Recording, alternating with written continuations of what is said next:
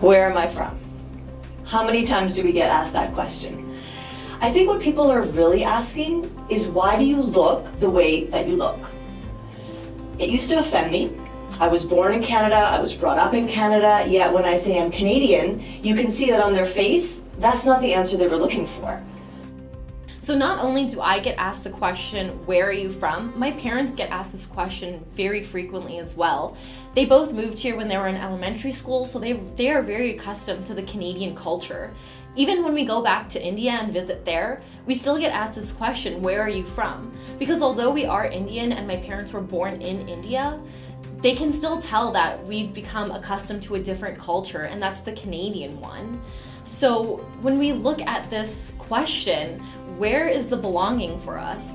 And as much as I like to think that Canada prides itself to be a multicultural place, I find that sometimes people still feel like I don't belong here. And I think it shows when, especially when people ask me after applying to the question of where are you from, and I say Vancouver, they'll often say, but no, where are you really from?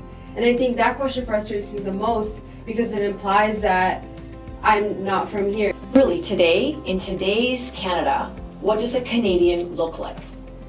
We're multi-ethnic, we're multiracial, we're mixed gender, we're everything. I think that the reason I get asked this question so much is because I'm a person of color, and there's just this stereotype or this belief that if you're from Canada, you must be a person that's Caucasian or have the blonde hair and maybe the blue eyes, but that isn't necessarily always the case. I've lived in Canada my whole life, and the truth is that being Canadian is about being diverse and being different. No one Canadian is the exact same, and everybody looks different. I think in the end, all we really want is the opportunity to break down the barriers so that we can get to know each other a little more. I understand that Canada is a multicultural place and that you come across a lot of different people from a lot of different backgrounds.